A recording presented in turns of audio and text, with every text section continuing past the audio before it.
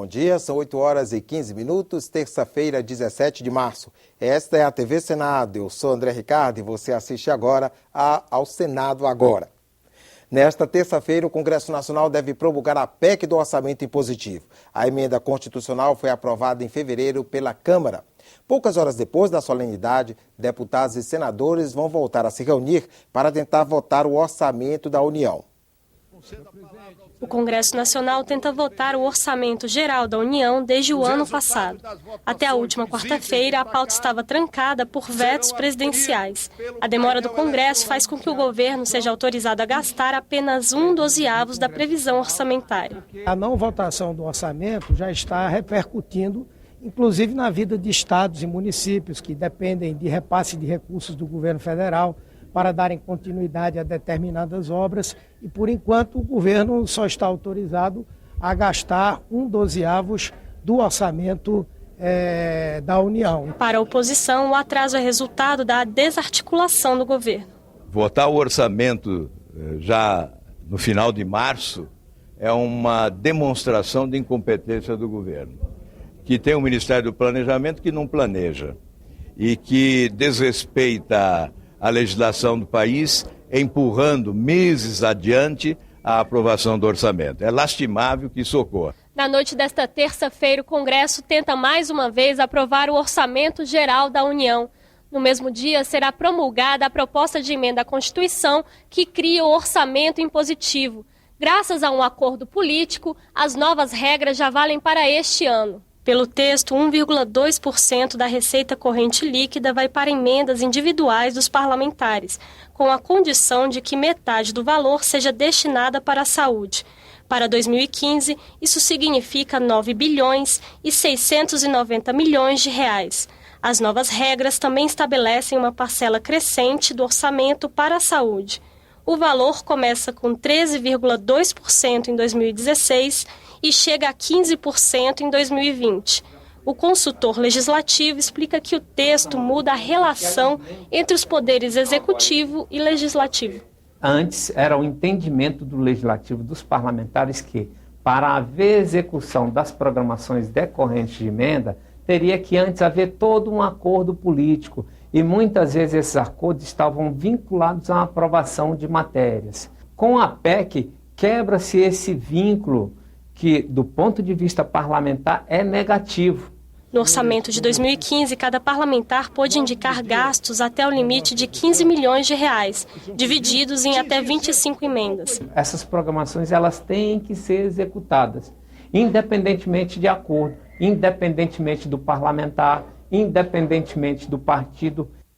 A presidente Dilma Rousseff sancionou ontem o novo Código de Processo Civil. A proposta foi elaborada a partir do trabalho de uma comissão de juristas criada em 2009 e presidida pelo atual ministro do Supremo Tribunal Federal, Luiz Fux. O novo código, aprovado pelo Senado em dezembro, deve acelerar as decisões judiciais. A tentativa de conciliação entre as partes passa a ser obrigatória.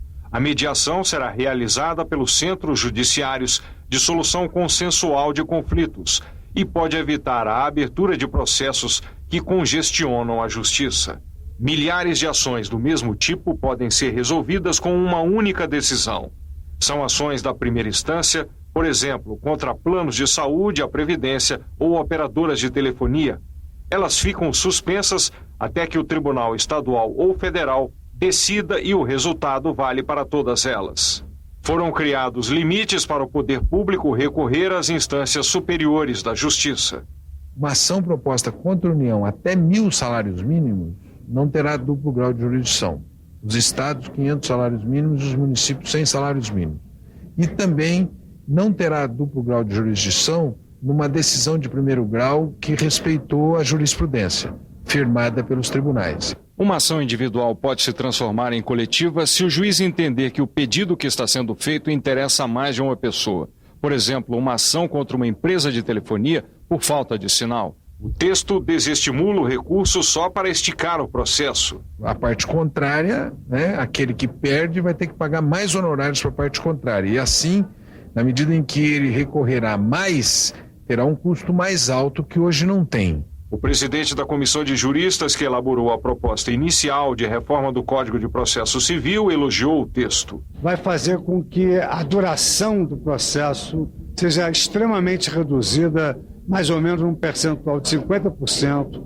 O processo se tornará mais simples, o processo se tornará mais acessível ao cidadão e há grandes inovações, principalmente aquela em que investe na mediação, na conciliação.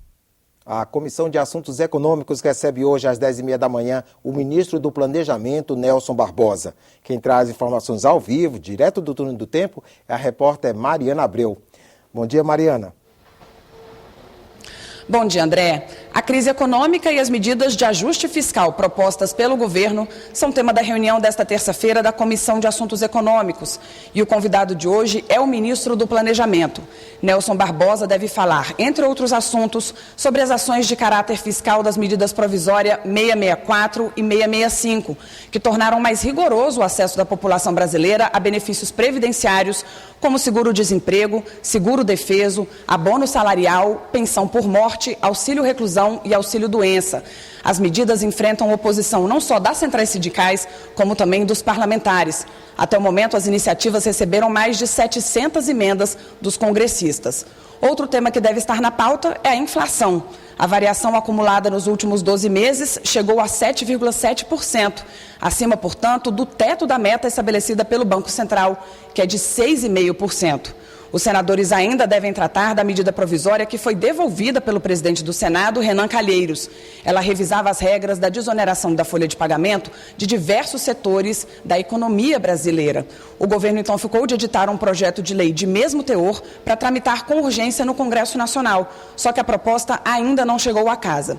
Além de Nelson Barbosa, a Comissão de Assuntos Econômicos também vai ouvir o presidente do Banco Central, Alexandre Tombini, com reunião marcada para a próxima terça-feira, e o ministro da Fazenda, Joaquim Levy, ainda sem data marcada. André? Obrigado, Mariana.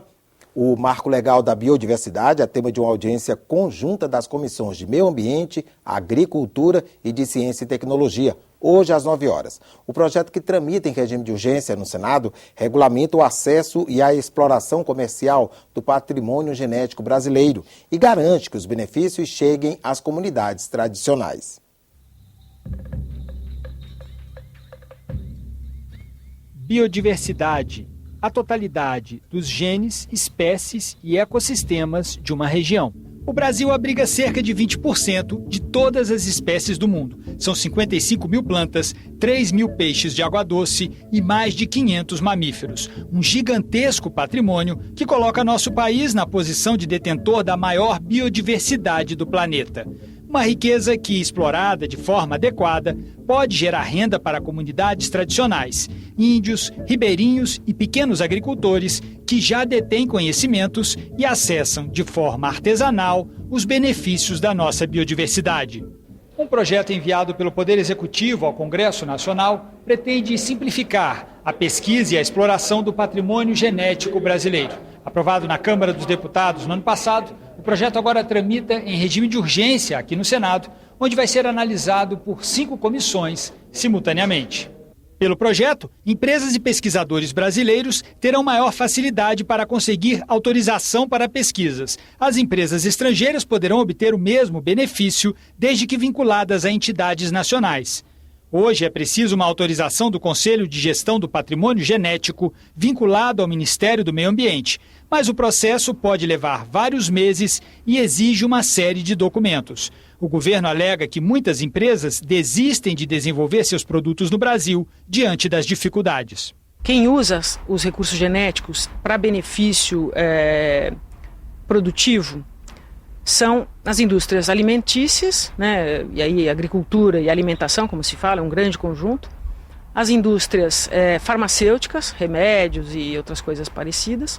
E as indústrias de cosméticos. Mas é preciso levar em conta ainda as comunidades tradicionais que desenvolveram ao longo de gerações o conhecimento sobre o uso da biodiversidade brasileira. Por isso, a lei vai determinar também como repartir os benefícios do comércio de produtos derivados do patrimônio genético brasileiro. Para mim é fundamental que a gente dê voz às preocupações dos legítimos representantes das comunidades tradicionais. Muitas organizações não governamentais que eu respeito estão trabalhando nesse tema há algum tempo. Comunidade científica também. Agora, esse é um tema que não tem consenso. Autor de outro projeto sobre o mesmo assunto, o senador João Capiberibe criticou a pressa do governo para regulamentar a matéria. O projeto do governo tem muitos aspectos positivos. No entanto, não ouviu aqueles que estão concernentes, digamos, a essa da base. A base da cadeia produtiva começa com as comunidades indígenas, as comunidades quilombolas, as comunidades de produtores de agricultura familiar. Então, esse segmento não foi ouvido. As pessoas precisam se manifestar dizendo se elas querem ou não repartir o conhecimento que é delas. Isso é natural. Eu posso querer ser contratado ou não por uma empresa e ser pago ou não pela essa empresa de acordo com o meu interesse. E essas pessoas, essas comunidades precisam ter essa liberdade. E isso não está claro, aliás, não está colocado no projeto que foi aprovado na Câmara. O projeto que veio do governo tem muito serviço adiantado. Vamos ver onde a gente pode aperfeiçoar e a melhorar para que a sociedade brasileira se sinta contemplada com a aprovação dessa matéria.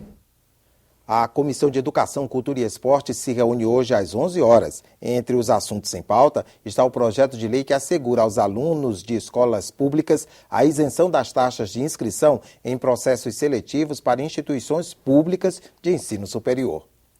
As medidas provisórias 664 e 665, que mudaram regras no seguro-desemprego, abono salarial e pensão por morte, estão entre as 7 que serão analisadas por comissões mistas que o Congresso instala nesta terça-feira. A repórter Carla Benevides tem as informações. As MPs mais polêmicas são a 664 e 665, que tornam mais rígidas as normas para a concessão de benefícios previdenciários e trabalhistas. A aprovação das matérias é essencial para o governo cumprir as normas do ajuste fiscal. Mas parlamentares, inclusive alguns da base aliada, acusam o governo de retirar direitos dos trabalhadores. Também devem ser instaladas comissões mistas para deliberar sobre 2 medidas provisórias que tratam do Banco Nacional do Desenvolvimento Econômico e Social. A MP 663 aumenta em 50 bilhões de reais o limite de incentivos financeiros repassados pela União ao BNDES. Já a MP 661 autoriza a União a conceder empréstimos de até 30 bilhões de reais ao banco e estabelece ainda que o superávit financeiro do governo federal possa ser utilizado em cobertura de despesas obrigatórias. Também será instalada hoje a comissão mista que vai analisar a medida provisória 670. Ela estabelece reajustes escalonados da tabela do imposto de renda e resultou de entendimento entre o governo e o Congresso Nacional. Por falar no Congresso Nacional, a Casa já aprovou e colocou em prática um novo sistema para apreciar vetos presidenciais. A novidade vai além do plenário. Agora, o cidadão pode participar do processo. A matéria vai à promulgação. O projeto que organiza a apreciação dos vetos foi posto em prática no mesmo dia em que foi aprovado, dia 11 de março. As novas regras estabelecem tempo para discussão e encaminhamento, critérios de proporcionalidade para apresentação de destaques e limites para obstrução. O processo fica transparente, fica garantido o direito das minorias, das lideranças que representam a minoria na casa se manifestar, de se fazer destaque, mas ao mesmo tempo se ordenou, se estabeleceu uma regra que permite que as sessões tenham começo, meio e fim. Por incrível que pareça, nós chegamos a ponto de não saber quando é que a sessão terminaria. Além das mudanças na hora de votar, há também novidade para o acesso online. A partir de agora, a cédula de votação que será usada pelo parlamentar fica disponível no site do Congresso Nacional.